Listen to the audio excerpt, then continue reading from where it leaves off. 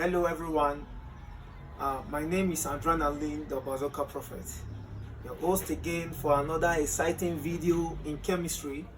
And in this particular video, I'll be talking about briefly and swiftly on a very interesting topic in the field of chemistry, which we know as oxidation reduction reaction, which in short we can call it a redox reaction.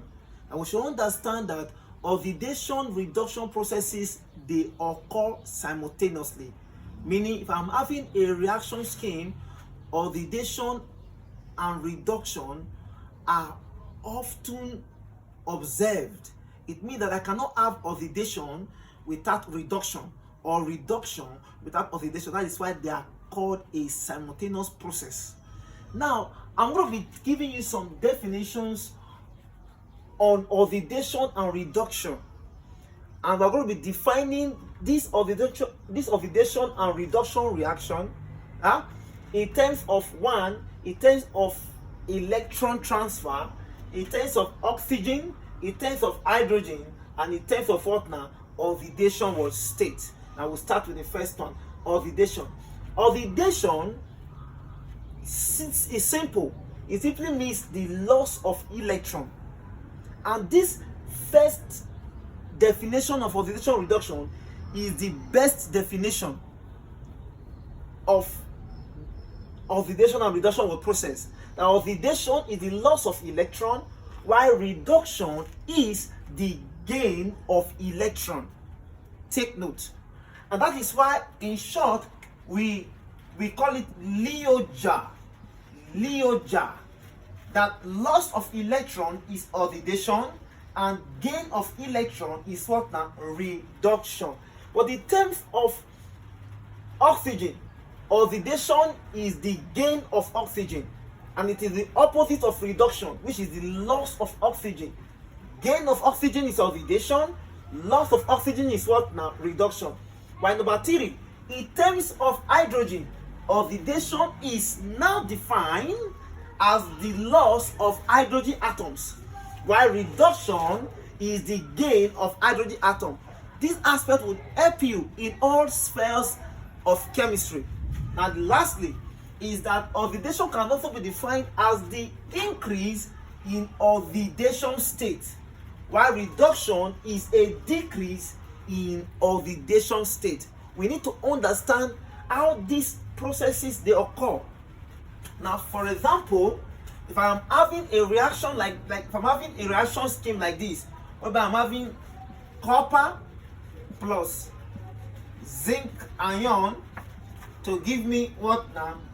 What is it again? Copper plus, that's copper 2 ion and zinc. And I am being asked to identify my oxidation and my reduction.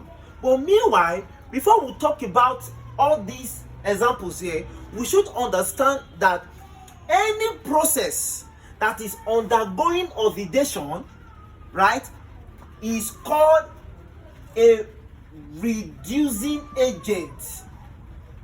Reducing agent, meaning that oxidation and oxidized process is a reducing agent. While reduction we undergo to call what now? An oxidizing agent. It should be well noted.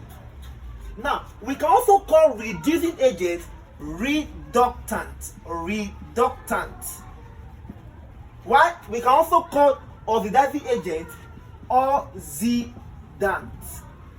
Oxidant. So, let's continue.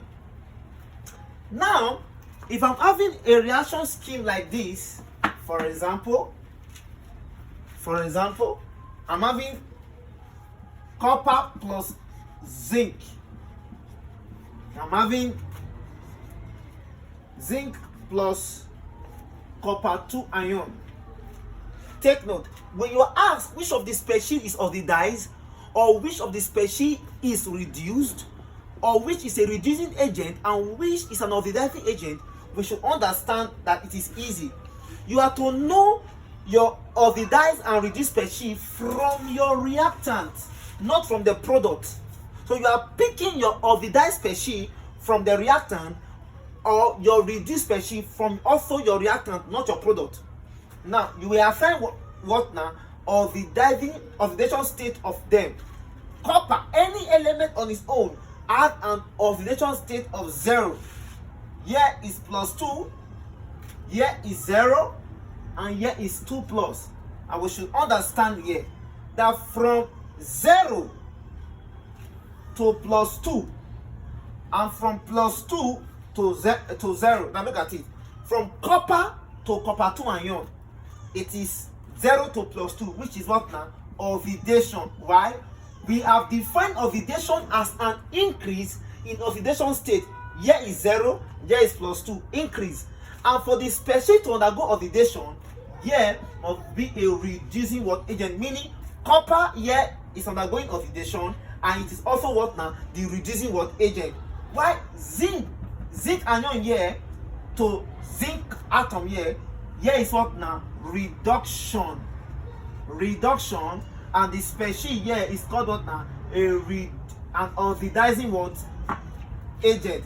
So zinc ion here is the reduced species, and it is also what now? The oxidizing what? Agent. For now, thank you and God bless you.